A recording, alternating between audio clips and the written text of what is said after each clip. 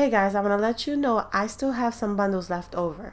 If you want your bundle today, hit me up on any of the social links down below for more information. Hey guys, it's Bess and we're back with another How to Digitally. So this time we're going to focus on powers. So we got our two guys here. One is Vincent and one is Aiden from Celestial Pulse. And I was going to teach you guys how to basically draw powers. I drew them certain type of ways, but I'm gonna just go down two roads that I go down. So the first one we're gonna work on is Vincent. His is more like a shadow type of power. He has he has like I call it shade. So he has a shade type of power, and what I do for that is since I'm gonna put it on his hand and maybe a little bit around him, I'm just gonna draw out the organic look of the shade power. So for this type of power or aura, you want to like draw the organic look to it. Sometimes it looks like fire, sometimes it doesn't. It's all about what you want. But yeah, you just got to be real organic with it, and sometimes it will it will overlap or have like gaps in it. You want to draw those gaps in there too, just so that it'll look real. It looks like something is happening.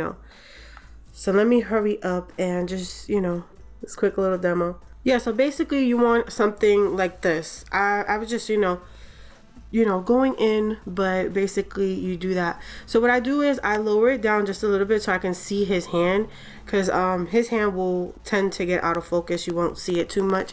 And then what I like to do is I like to grab the whole drawing that you did and get your eraser and then get that soft eraser so that like the edges are soft, and go around his hand like on the inside, so it will just go like this.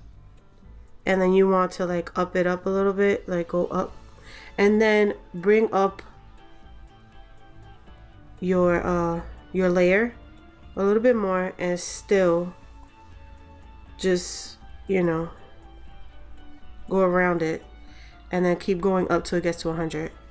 And then you can see that it has like a aura type feel to it. Like you have that color, and then you have some of his some of the darkness to it. So you got his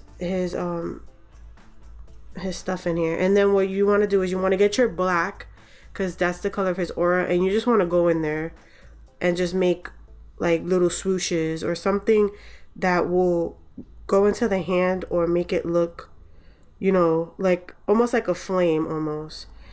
So this is just like what I do for the shades. I just play with the airbrush and that organic feel to it, so that it can just come out looking real good.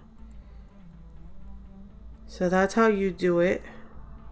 You just go in organic ways. Like you come across, you go around in a circle, you come upward, like you follow those things, that these little areas that you put in, like you follow that type of feel to it, so that you can get that that cross, that X's and all that you need. You can also touch it up with just leaving that plain old light.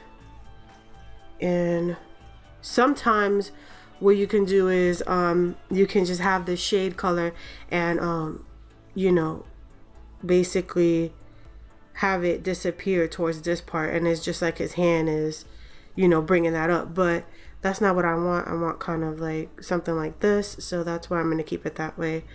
And then to top it off, what I do is I have like this little airbrush on this side. Like there's a texture that I use. If I go to the airbrush and I go down to like running spray colors, it makes like this little pixelated type of thing. So I usually take another layer and I add that smokiness to it like that. And sometimes I even go like a little bit smaller and minimize the particle size and just add that, you know, that smoke feature to it. It'll be random, but it'll, you know, pull the piece together. So just add some all around like so. And then the good part is you can take your soft airbrush and just, you know, hit off the parts that you don't want covered up with that stuff, like your eraser, your soft eraser. Just go around it and it'll clean it up just a little bit, and it'll show a little bit, but it won't be as powerful.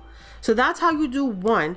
So for Iden's a little bit different. He has light colors to him. So I'm gonna go back on, I'm gonna make another layer basically, and what I'm gonna do is I'm gonna grab the airbrush tool. So once you get the airbrush tool, you want to hit that on the soft and grab the lightest color you can and go around him like so.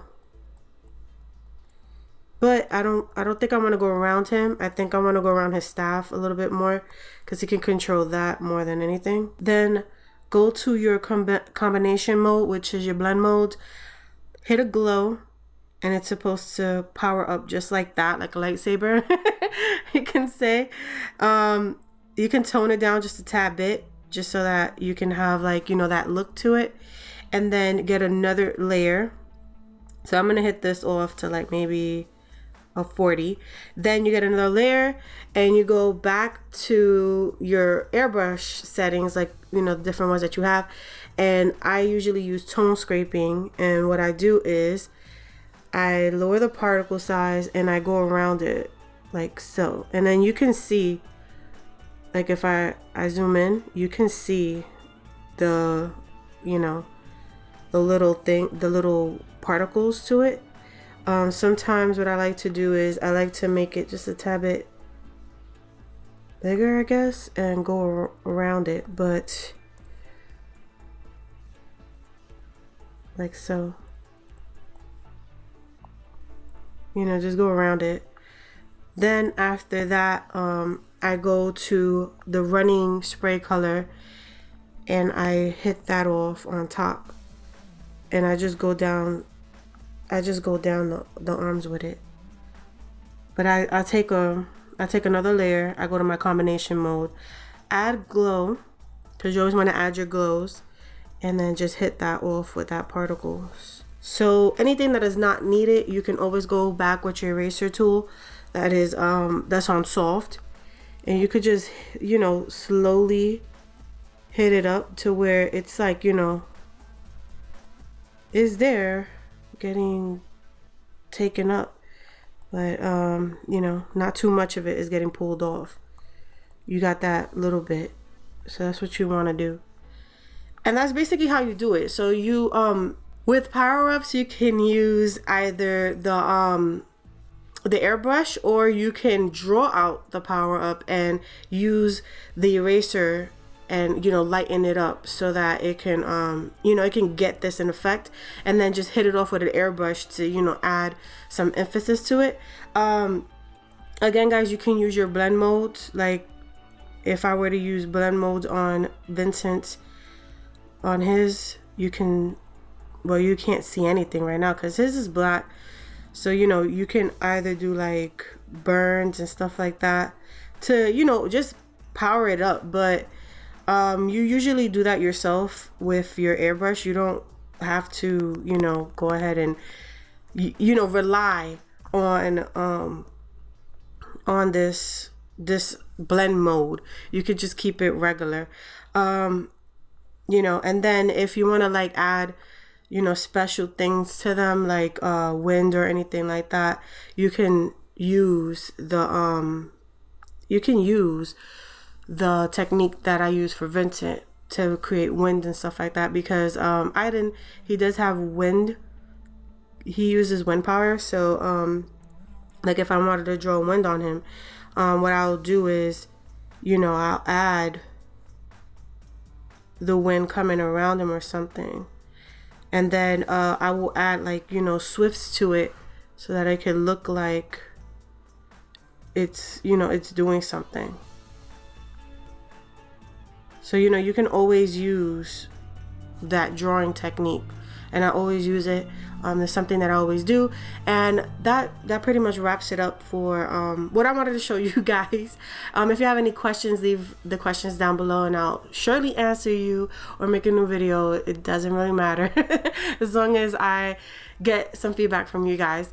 If you like this video, hit that like, and if you are new and you're like, hey Vess, I like what you did, click around, get to know me, and become a subscriber and be one of our pulses, one of our family members, continuously making everything art related, I guess.